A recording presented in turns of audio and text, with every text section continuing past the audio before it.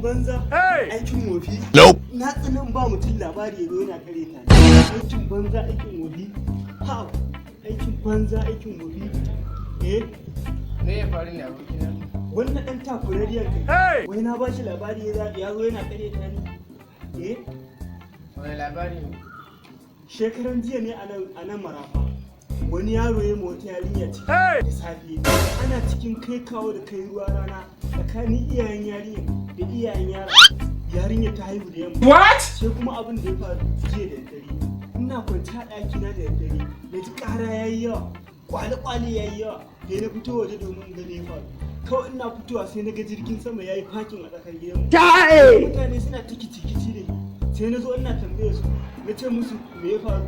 Sai suke ce mu wai taya jirgin su ne ke fati suka sako suke gyarawa. To ai abokina dole su karya ta. Wannan karya kake?